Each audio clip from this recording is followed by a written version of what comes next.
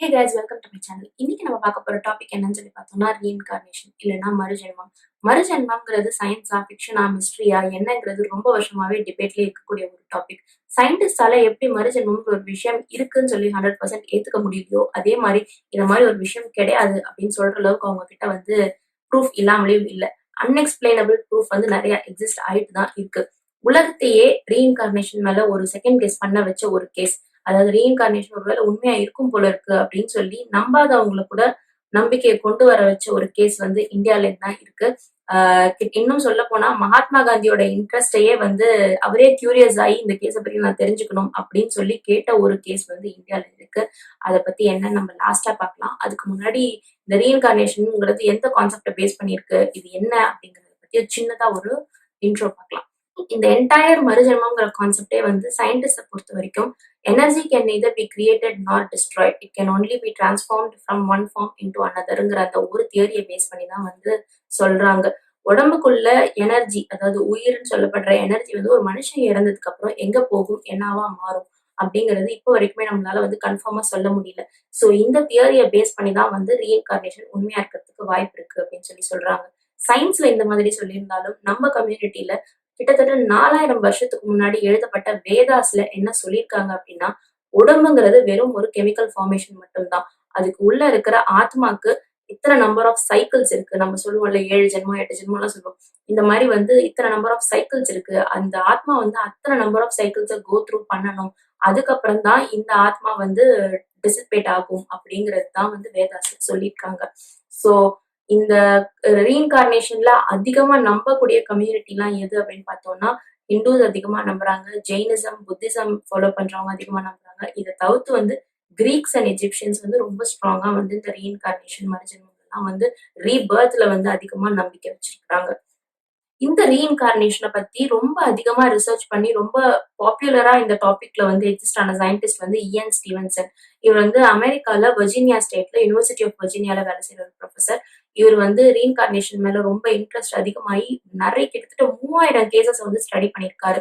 இவர் first start பண்ண case ஸ்டடியே Asia, இந்த டெமோகிராபிக் ஏஷியாவை தான் சூஸ் பண்ணியிருக்காரு. ஏன்னா இங்கதான் நிறைய நம்பர் ஆஃப் கேசஸ் ரீஇன்கார்னேட்டட் அப்படின்னு சொல்லி சொல்றாங்க. அதே மாதிரி அந்த நம்பிக்கை அதிகமா இருக்கிறதும் ஏஷியன் கண்ட்ரீஸ்ல தாங்கிறதுனால இவர் பண்ண 3000 கேஸ் ஸ்டடிஸ்ல கிட்டத்தட்ட ஹாஃப் ஏஷியாவை சேர்ந்தது. அவர் பண்ண 3000 கேஸ் ஸ்டடிஸ்ல 2000 கேசஸ் கிட்டத்தட்ட நம்பக்கூடிய அளவுக்கு ப்ரூஃப்ஸ் எவிடன்சஸ் கொடுத்திருக்காங்க. எல்லாமே சின்ன பசங்க தான். யாருமே பெரியவங்க யாரும் அபவ் 15 இயர்ஸ்ல யாரும் எனக்கு ஞாபகம் வந்துருச்சு அப்படிலாம் யாருமே அதிகமா சொல்லல. இந்த மாதிரி ரீஇன்கார்னேஷன், எனக்கு போன ஜென்மத்து ஞாபகம் வந்திருக்கு, இந்த மாதிரி சொல்றது எல்லாமே பார்த்தோம்னா சின்ன சின்ன குழந்தைங்க, 3 வயசு 4 வயசு குழந்தைங்க தான் இந்த மாதிரி கேரக்டர்ஸ் எக்ஸிபிட் பண்றாங்க. பெரியவங்க சொல்லும் போது ஓகே அவங்க பொய் சொல்றாங்க, பப்ளிசிட்டிக்காக சொல்றாங்க, இந்த மாதிரி நிறைய சொல்லலாம். பட் குழந்தைங்க எப்படி சொல்லும்? அதுவும் 2 வயசு 3 வயசு குழந்தைங்க எப்படி இந்த மாதிரி பொய் சொல்றதுக்கோ இல்ல அவங்களுக்கு சொல்லி கொடுத்து திருப்பி ரிப்பீட் பண்ற அளவுக்கோ வாய்ப்பு இல்லை இல்லையா? சோ அவங்க சொல்லும் போது இதை இதுக்குள்ள என்ன இருக்கும் அப்படின்னு சொல்லி ஆராய்ச்சி பண்ணி பார்க்கதான் வேண்டியிருக்கு.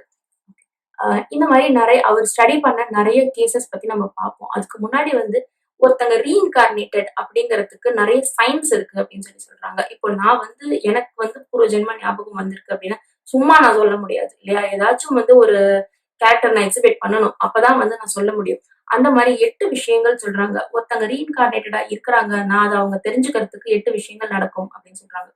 தேஜாவு, நமக்கு ஒரு விஷயம் நடந்த மாதிரியே இருக்கும். புதுசா அப்பதான் அந்த விஷயம் நடக்கும். பட் ஆனா இது நமக்கு எங்கேயோ நடந்த மாதிரி இருக்கும். ஏற்கனவே நம்ம இதை எக்ஸ்பீரியன்ஸ் பண்ண மாதிரி எல்லாம் இருக்கும். இது சயின்ஸ்ல வேற விதமா எக்ஸ்பிளைன் பண்ணாலும் ஒரு இடத்துக்கு போகும்போது திருப்பி திருப்பி ஒருத்தங்களுக்கு தேஜாவு அக்கறை ஆகுதுன்னா அவங்களுக்கும் அந்த இடத்துக்கும் போன ஜென்மத்துல ஏதோ சம்பந்தம் இருந்திருக்கிறதுக்கு வாய்ப்பு இருக்கு அப்படின்னு சொல்லி சொல்றாங்க. ஃபார் எக்ஸாம்பிள், இப்போ ஒரு ஊருக்கோ இல்ல ஒரு வீட்டுக்கோ போகும்போது, நம்ம ஃப்ரெண்டு வீட்டுக்கோ இல்ல நமக்கு முகம் தெரியாத ஸ்ட்ரேஞ்சர்ஸ் வீட்டுக்கோ போகும்போது நமக்கு திரும்ப திரும்ப அந்த வீட்டுக்கு போன மாதிரியான ஒரு ஃபீலிங் இருக்கு அப்படின்னா மேபி போன ஜென்மத்துல நமக்கும் அந்த இடத்துக்கும் ஏதாவது ஒரு சம்பந்தம் இருந்திருக்கலாம். அடுத்தது பார்த்தோம்னா அன்எக்ஸ்பிளைனபிள் ஃபியர். சம்பந்தமே இல்லாம ஒரு விஷயத்துக்கு ரொம்ப பயப்படுவாங்க. ஏன் இந்த விஷயத்துக்காக பயப்படுறாங்க, எதுக்கு பயப்படுறாங்கன்னே தெரியாது.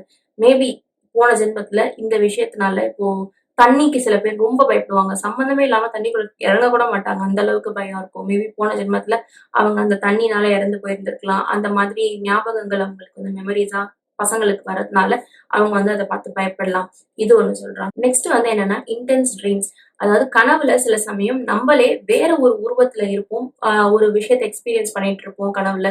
ஏதோ ஒரு இடத்துக்கு போவோம், என்னமோ பண்ணுவோம். எல்லாமே நமக்கு நடக்கிற மாதிரி இருக்கும். பட் நம்ம உருவம் வந்து வேற மாதிரி இருக்கும். மேபி அது வந்து நம்ம போன ஜென்மத்தோட உருவமா இருக்கலாம் அப்படின்னு சொல்லி சொல்றாங்க. ட்ரீம்ஸ்ங்கிறது வெறும் பிளெயின் ட்ரீம்ஸ் கிடையாது. நம்மளோட பாஸ்ட் லைஃப்ல நம்ம என்னவா இருந்திருப்போங்கிறத பார்க்கக்கூடிய ஒரு சின்ன டோர் லென்ஸ் மாதிரி அப்படின்னு சொல்லி சொல்றாங்க. நெக்ஸ்ட் பார்த்தோம்னா மெமரிஸ் தட் நெவர் ஹேப்பன். அதாவது எப்படி சொல்றது, ஒரு விஷயம் நடந்த மாதிரியே நமக்கு ஞாபகம் இருக்கும். பட் நம்மள சுத்தி இருக்கிறவங்க எல்லாரும் சொல்லுவாங்க இந்த மாதிரி ஒரு விஷயம் நடக்கவே இல்லையே அப்படின்னு சொல்லி. ஆனா நமக்கு மட்டும் அது நடந்த மாதிரி கண்டிப்பா வந்து ஸ்ட்ராங்கா ஒரு ஃபீலிங் இருந்துகிட்டே இருக்கும். அது வந்து மேபி போன ஜென்மத்துல நமக்கு நடந்திருந்துக்கலாம். அதனால அந்த மெமரி நமக்கு ரிப்பீட் ஆயிட்டே இருக்கிறதுக்கு வாய்ப்பு இருக்கு. அதே மாதிரி இன்னொன்னு வந்து ரொம்ப டிஸ்டன்ஸ்ல இருக்கிற ஒரு இடமா இருக்கும், ஒரு ஊரா இருக்கும். நமக்கும் அந்த ஊருக்கும் சம்மந்தமே இருக்காது. பட் அந்த ஊருக்கு போகணும். அந்த ஊருக்கு அந்த மாதிரி அந்த ஊர் மேல ஒரு அட்ராக்ஷன் நமக்கு இருந்துகிட்டே இருக்கும். மேபி போன ஜென்மத்துல நம்ம அந்த ஊரை சேர்ந்தவங்களா கூட இருந்திருக்கலாம். இந்த மாதிரி சில சிம்டம்ஸ் எல்லாம் சொல்றாங்க. ஒருத்தவங்க வந்து ரீஇன்கார்னேட்டடா இருக்கணும் அப்படின்னா அவங்களுக்கு இந்த மாதிரி சில சிம்டம்ஸ் எல்லாம் எக்ஸிபிட் ஆகிறதுக்கு சான்சஸ் இருக்கு அப்படின்னு சொல்லி சொல்றாங்க. ஓகே. இப்போ நான் ஃபர்ஸ்ட் சொன்னேன் இல்லையா, அந்த மாதிரி இந்தியால ஒரு கேஸ் வந்து உலகத்தையே திரும்பி பார்க்க வச்ச ஒரு கேஸ் இருக்கு. மகாத்மா காந்தியோட கியூரியாசிட்டியே வந்து ட்ரிகர் பண்ண ஒரு கேஸ்ன்னு சொல்லிட்டு. அது யார் அப்படின்னு பார்த்தோம்னா, அவங்க பேரு சாந்தி தேவி. டிசம்பர் 11, 1926 டெல்லியில சாந்தி தேவின்னு சொல்லி ஒரு குழந்தை பிறக்குது. இந்த குழந்தை பிறந்ததுல இருந்தே அனாவசியமா இந்த சின்ன குழந்தைங்க எல்லாம் அழுவும். ஏன் அழுவுது, எதுக்கு அழுகுதுன்னே தெரியாதுல. அந்த மாதிரி அழுவுறதோ, இல்ல வம்பு பண்றதோ, இந்த மாதிரி ஒரு பெரியவங்க வந்து மெச்சூர்டா எப்படி நடந்துக்கும், அந்த மாதிரி ரொம்ப குழந்தையிலேயே வந்து இந்த பொண்ணு வந்து ஓரளவுக்கு மெச்சூர்டான கேரக்டர்ஸ் எல்லாம் எக்ஸிபிட் பண்ண ஆரம்பிச்சிருக்காங்க. இந்த பொண்ணுக்கு 4 வயசு ஆகுற வரைக்குமே பேசவே இல்லையா. ஒரு வார்த்தை கூட 4 இயர்ஸ் ஆகுற வரைக்கும் இந்த சாந்தி தேவிங்கிறவங்க பேசவே இல்ல. அவங்க அம்மா அப்பா வந்து இந்த பொண்ணு ஊமையா இருக்கும் அப்படின்னு சொல்லி முடிவு பண்ணி டாக்டர்கிட்ட கூட்டிட்டு போயிட்டு ஊமையா பிறந்த குழந்தை பொண்ணுக்குன்னு சொல்லிட்டு நிறைய டாக்டர்ஸ் எல்லாம் கூட்டிட்டு போயிட்டு இருந்திருக்காங்க. பட் அவங்க எல்லாருமே சொல்லியிருக்காங்க இந்த குழந்தை ஊமை கிடையாது, அவளால பேச முடியும், பட் அவளாவே பேசுவா அப்படிங்கிற மாதிரி விட்டுட்டாங்க. சோ 4 இயர்ஸ் வரைக்கும் பேசாத ஒரு குழந்தை 1930th வருஷம் திடீர்னு அவங்க அம்மா கிட்ட போயிட்டு என்னை ஏன் இன்னும் இங்க வச்சிருக்கீங்க, என்னை மதுராவுக்கு கூட்டிட்டு போங்க, என் ஹஸ்பண்டும் குழந்தையும் அங்கதான் இருக்கிறாங்க அப்படின்னு சொல்லி சொல்லியிருக்கு. இந்த குழந்தை இந்த மாதிரி திடீர் 4 வருஷம் பேசாம இருந்த குழந்தை முத பேசுறதே வந்து இதான் அப்படிங்கும்போது எல்லாருமே ரொம்ப ஷாக் ஆயிட்டாங்க. என்ன இந்த பொண்ணு இந்த மாதிரி பேசுது, சரி வேற யாரோ பேசினதை கேட்டுட்டு திருப்பி ரிப்பீட் பண்றா போல இருக்கு அப்படின்னு நினைச்சு விட்டுட்டாங்க. பட் இது இதோட முடியாம கண்டினியூ ஆயிட்டே இருந்திருக்கு. அந்த பொண்ணு வந்து அவங்க அம்மா கிட்ட அவங்க அம்மா அப்பா கிட்ட இருந்து ஒரு டிஸ்டன்ஸ் மெயின்டைன் பண்றது, தெரியாதவங்க கிட்ட பழகுற மாதிரி பழகுறது, இந்த மாதிரி கேரக்டர்ஸ் எல்லாம் எக்ஸிபிட் பண்ண ஆரம்பிச்சோன்னே இந்த பொண்ணுக்கு மென்டலி ஏதோ டிசார்டர் இருக்கும்னு நினைச்சு அவங்க அம்மா அப்பா முடிவு பண்ணிட்டாங்க. ஏன்னா 4 வருஷமா பேசல, பேச ஆரம்பிச்சோன்னே ஏதோ வளருது இந்த புள்ள. அது இல்லாம வந்து சம்மந்தம் இல்லாம வியர்டா ஆக்ட் பண்ணவும் இவங்க அந்த காலத்துல அந்த அளவுக்கான எக்ஸ்போஷர் இல்லாததுனால இந்த பொண்ணுக்கு மென்டலி ஏதோ ப்ராப்ளம் இருக்குன்னு சொல்லி வீட்டுல அடைச்சு வைக்க ஆரம்பிச்சிட்டாங்க.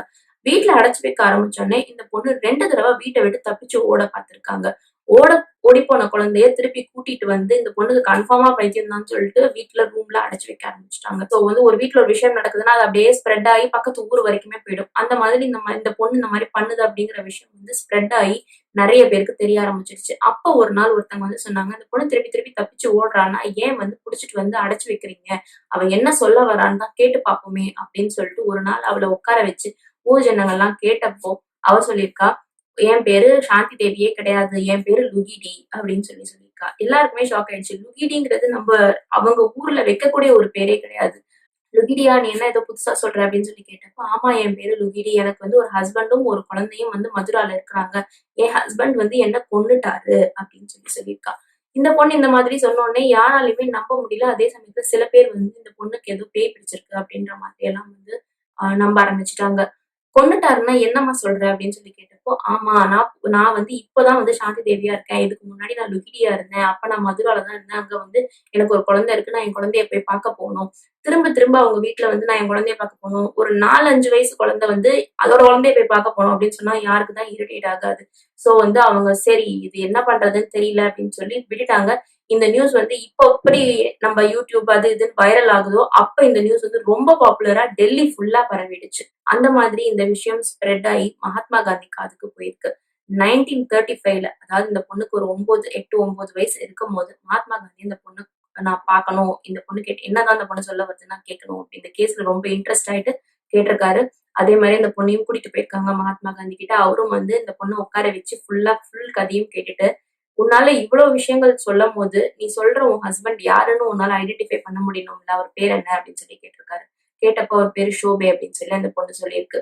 இவ்வளவு ஸ்பெசிஃபிக்கா இந்த பொண்ணு இன்ஃபர்மேஷன் சொல்லுது. சரி இது கரெக்டான்னு செக் பண்ணி பார்த்துடலாம் அப்படின்னு சொல்லிட்டு மதுராவுக்கு தானே போகணும்னு சொல்லிட்டு ஒரு 5 பேர் கொண்ட டீமை ஃபார்ம் பண்ணி அவங்க கூட இந்த பொண்ணு, அவங்க அம்மா, அப்பா எல்லாரையுமே வந்து ட்ரெயின்ல மதுராக்கு அனுப்பிச்சு வச்சிருக்காரு. பட் இது உண்மையான்னு வெரிஃபை பண்ணணும் அப்படிங்கறதுல கியூரியாசிட்டி இருந்ததுனால அவர் என்ன சொல்லியிருக்காருன்னா, நீங்க இங்க இருந்து மதுராக்கு ரீச் பண்றதுக்குள்ளேயே 2, 3 விஷயங்களை எனக்கு மதுரால இருக்க நம்ம ஆளுங்களுக்கு தகவல் சொல்லி சொல்லுங்க அப்படின்னு சொல்லி சொல்லியிருக்காரு. சோ இவங்க வந்து ட்ரெயின்ல இங்க இருந்து டெல்லியில இருந்து மதுராக்கு போறதுக்குள்ளேயே அந்த பொண்ணுகிட்ட வந்து ஷோபேன்னு சொல்றேன் ஓகேமா, மதுரால ஷோபேங்கிற பேர் வந்து ரொம்ப காமன். எப்படி வந்து ஐடென்டிஃபை பண்ணதுன்னா அவர் பேர் கேதார்நாத் ஷோபே அப்படின்னு சொல்லி சொல்லியிருக்கு. ஒரு கோயில் இருக்கிற ஒரு தெருவுல அவர் ஒரு மளிகை கடையும் ஒரு துணி கடையும் வச்சிருக்கிறதாவும் அந்த பொண்ணு வந்து ரொம்ப ஸ்பெசிபிக்கா சொல்லியிருக்காங்க. இவங்க இங்கேருந்து மதுராக்கு போய் ரீச் பண்றதுக்குள்ள தகவல் அனுப்பி மதுரால இருக்கிறவங்கள்ட்ட வெரிஃபை பண்ணதுல அந்த பொண்ணு சொன்ன இன்ஃபர்மேஷன் அத்தனையும் உண்மை அப்படின்னு சொல்லி இவங்க ரயில்வே ஸ்டேஷன்ல இறங்கும் போதே வந்து நியூஸ் வந்துருச்சு. இறங்கின உடனேயே இவங்களை வந்து அந்த பொண்ணுகிட்ட வந்து என்ன சொல்லியிருக்காங்கன்னா, நீ இவ்வளவு இன்ஃபர்மேஷன் சொன்னேன்ல, சோ இங்க இருந்து உனக்கு அந்த தெருவுக்கு போறதுக்கான வழியும் உனக்கு தெரிஞ்சிருக்கணும், நீயே கைட் பண்ணு அப்படின்னு சொன்னப்போ கரெக்டா ரயில்வே ஸ்டேஷன்ல இருந்து அந்த கடை அந்த தெரு வரைக்கும் அந்த பொண்ணு கூட்டிட்டு போயிருக்காங்க. கூட்டிட்டு போய் அந்த ஏரியாவை ரீச் பண்ண உடனே ஒரு வயசான ஒருத்தர் வந்துட்டு நான் நீ சொன்ன ஷோபே கேதார்நாத் ஷோபேயோட அண்ணன் நான் தான், என்ன உன்னால ஐடென்டிஃபை பண்ண முடியுதான்னு கேட்டதுக்கு அந்த பொண்ணு சிரிச்சுட்டே நீங்க போய் சொல்றீங்க, நீங்க தான் கேதார்நாத் ஷோபே அப்படின்னு சொல்லி சொல்லியிருக்கு. அதுவும் உண்மைதான். அவர் டெஸ்ட் பண்ணி பாக்குறதுக்காக சொல்லியிருக்காரு. அவர் தான் வந்து கேதார்நாத் ஷோபே. என்னதான் இந்த பொண்ணு இதெல்லாம் ஐடென்டிஃபை பண்ணி என்ன சொன்னாலும் இந்த ஷோபே மேல அந்த பொண்ணுக்கு வந்து ஒரு பயம், ஒரு கோவம் வந்து இருந்துகிட்டே இருக்கு. அது அந்த பொண்ணு நடந்துகிட்ட விதத்திலேயே எல்லாருக்குமே தெரிஞ்சிருக்கு. ஏன் அப்படின்னா இவர் தான் வந்து என்ன கொன்னுட்டாரு, இவர் தான் என்ன கொன்னுட்டாருன்னு சொல்லி திரும்ப திரும்ப சொல்லிக்கிட்டே இருந்திருக்கு அந்த பொண்ணுக்கும். இந்த கேஸ பத்தி எடுத்து பார்த்திருக்காங்க. கேதார்நாத் ஷோபேவோட ஒய்ஃப் லுகிடிய வந்து சண்டையில அடிச்சதுல அவங்க இறந்துட்டாங்க. அதுக்காக அவருக்கு லைஃப் சென்டென்ஸ் ஜெயில் கொடுத்திருக்காங்க. பட் நல்ல பிஹேவியர்னால 9 இயர்ஸ்லயே அவரை வந்து ரிலீஸ் பண்ணிட்டாங்க. அவர் ரிலீஸ் ஆகி வந்ததுக்கு அப்புறம் தான் வந்து சாந்தி தேவியை மீட் பண்ணியிருக்காரு. அங்க போனதுக்கு அப்புறம் இது மட்டும் இல்லாம நிறைய விஷயங்களை வந்து இந்த பொண்ணு கிட்ட கேட்டிருக்காரு ஷோபேவே. பர்சனலாவே வந்து ஃபார் எக்ஸாம்பிள் பர்த் மார்க்ஸ் கேட்டிருக்காங்க. வீட்டுல வந்து நிறைய விஷயங்கள் எங்கெங்க இருந்துருச்சு அந்த டைம்ல அந்த மாதிரிலாம் கேட்டிருக்காங்க. கிட்டத்தட்ட டு த டாட் வந்து எல்லாத்தையுமே கரெக்டா அந்த பொண்ணு சொல்லியிருக்கு. அது மட்டும் இல்லாம நான் வந்து லுகிடியா இருந்தப்போ இந்த வீட்டை சுத்தி நிறைய இடத்துல வந்து உங்களுக்கு தெரியாம காசு ஒளிச்சு வச்சேன் அப்படின்னு சொல்லி சொல்லியிருக்கு. இது சொன்னதுக்கு அப்புறம் அந்த பொண்ணோட சொன்ன இடங்கள் எல்லாம் தேடி போய் ஃபாலோ பண்ணப்போ உண்மையாவே இந்த பொண்ணு சொன்ன இடத்துல எல்லாம் வந்து காசு இருந்திருக்கு. இந்த லுகிடிங்கிறவங்க பிறந்த வருஷம் வந்து 1902. இந்த பொண்ணுக்கு 10 வயசு இருக்கும் போதே இந்த பொண்ணை வந்து ஷோபேங்கிறவருக்கு கல்யாணம் பண்ணி கொடுத்துட்டாங்க. 1924ல இந்த பொண்ணுக்கு வந்து ஒரு ஆக்சிடென்ட்ல இடுப்புக்கு கீழே 2 காலுமே வந்து பேரலைஸ் ஆயிடுச்சு. இந்த பொண்ணு சாந்தி தேவி அவங்க வீட்டுக்குள்ள போன ஷோபையோட வீட்டுக்குள்ள போனதுக்கு அப்புறம் இங்க ஒரு கிணறு இருந்துச்சு, இந்த கிணற காணமே அப்படின்னு சொல்லி கேட்டோடனே கிணறு இருந்துச்சா அப்ப ஏதோ தப்பா சொல்லுது இந்த பொண்ணுன்னு சொல்லிட்டு எல்லாருமே கிண்டல் பண்ண ஆரம்பிச்சப்ப ஷோபை சொன்னாரு, இல்ல லுகிடி இருந்தப்போ இங்க ஒரு கிணறு இருந்துச்சு, அவங்க இறந்ததுக்கு அப்புறம் நாங்க வந்து கிணற மூடிட்டோம் அப்படிங்கிற மாதிரி சொல்லியிருக்காரு. 1924ல நடந்த ஆக்சிடென்ட்க்கு அப்புறம் 1925ல இவங்களுக்கு வந்து ஒரு குழந்தை பிறந்திருக்கு, ஒரு மேல் சைல்டு பிறந்திருக்கு. ஆனா அந்த குழந்தை பிறந்து 10 நாள்லயே இவங்க லுகிடிங்கிறவங்க இறந்து போயிட்டாங்க. 1925ல லுகிடி இறந்திருக்காங்க. 1926 டிசம்பர்ல சாந்தி தேவி பிறந்திருக்காங்க. இவங்க அந்த பணம் ஒளிச்சு வச்ச விஷயம் மட்டும் இல்லாம நிறைய விஷயங்களை வந்து லுகிடிய பத்தி சாந்தி தேவி ரொம்ப ஸ்பெசிபிக்கா இன்ஃபர்மேஷன் சொல்லியிருக்காங்க. கிட்டத்தட்ட எல்லாருமே ஓகே இந்த பொண்ணு கன்ஃபார்மா ரீஇன்கார்னேட்டட் தான் அப்படின்னு சொல்லி ஒத்துக்கிட்டு மகாத்மா காந்திக்கும் வந்து தகவல் சொல்லி அனுப்பிச்சிட்டாங்க. பட் ஷோபேவால மட்டும் ஏத்துக்கவே முடியல. ஏத்துக்க முடியாம வந்து அவர் சாந்தி தேவி கிட்ட சொன்னார், எனக்கும் லுகிடிக்கும் மட்டும் தெரிஞ்ச ஏதோ ஒரு இன்டிமேட்டான விஷயம் இருக்கு, நான் அதை உங்ககிட்ட கேட்கறேன், அதை நீ கரெக்டா சொன்னீங்கன்னா நான் வந்து ஒத்துக்கிறேன் அப்படின்னு சொல்லி ஏதோ ஒண்ணு கேட்டிருக்காரு. கேட்டப்பவும் அந்த பொண்ணு அதுக்கும் ஆன்சரை வந்து ரொம்ப ஸ்பெசிபிக்கா கரெக்டா சொல்லியிருக்காங்க. ஏன்னா அவர் அதுக்கப்புறம் தான் வந்து ஓகே இவ லுகிடி தான் அப்படின்னு சொல்லிட்டு அக்செப்ட் பண்ணிட்டு இருந்திருக்காரு. இது வந்து ரொம்ப பாப்புலரா ரொம்ப வைரலா ஸ்ப்ரெட் ஆன ஒரு கேஸ். இது வந்து உலகம் ஃபுல்லா எல்லா இடத்துக்கும் ஸ்ப்ரெட் ஆகி உலகத்தையே வந்து ரீஇன்கார்னேஷன் மேல ஒரு நம்பிக்கை வர இருக்கும். அப்படி நம்பாதவங்க கூட ஓகே இது உண்மையாதான் இருக்கும் போல இருக்கு அப்படின்னு சொல்லி நம்ப வச்ச ஒரு கேஸ் வந்து சாந்தி தேவியோட கேஸ். சாந்தி தேவி அதுக்கப்புறம் ரொம்ப வருஷம் வாழ்ந்திருக்காங்க. அவங்க வந்து 1985ல தான் இறந்திருக்காங்க. அவங்க இறந்தப்போ கூட வந்து இந்த இன்ஃபர்மேஷன் நியூஸ் பேப்பர் எல்லாத்துலயும் வந்து ரொம்ப பாப்புலரா வந்திருந்தது. இது வந்து இந்தியாவை சேர்ந்த ஒரு கேஸ் மட்டும்தான். இது மாதிரி உலகம் ஃபுல்லா டிஃப்ரெண்ட் கண்ட்ரீஸ்ல நிறைய கேசஸ் இருக்கு. எல்லாமே குழந்தைகள் சொல்ற விஷயம் தான். ஃபார் எக்ஸாம்பிள் டர்க்கில 3 வயசு உள்ள ஒரு பையன் செமி டுட்டுஸ்மஸ் அவன் பேரு. இந்த 3 வயசு பையன் 4 வயசு ஆகும்போது அவங்க அம்மா அப்பா கிட்ட போயிட்டு என்னை ஏன் எல்லாரும் இந்த மாதிரி சொல்லி கூப்பிடுறீங்க, என் பேரு செலீம் ஃபெஸ்லி அப்படின்னு சொல்லியிருக்காங்க.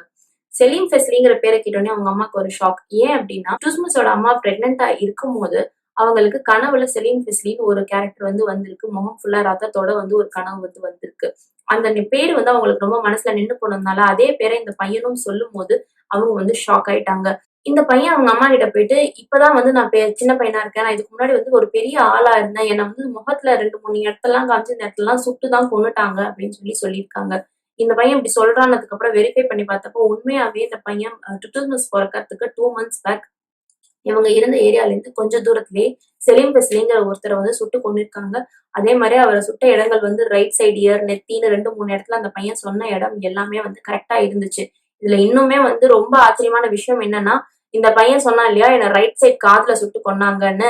அது எந்த இடத்துல செலீம் ஃபெஸ்லியை சுட்டு கொன்னாங்களோ அதே இடத்துல இந்த பையனுக்கு பிறக்கும் போதே காது டிஃபார்ம் ஆயிருந்திருக்கு.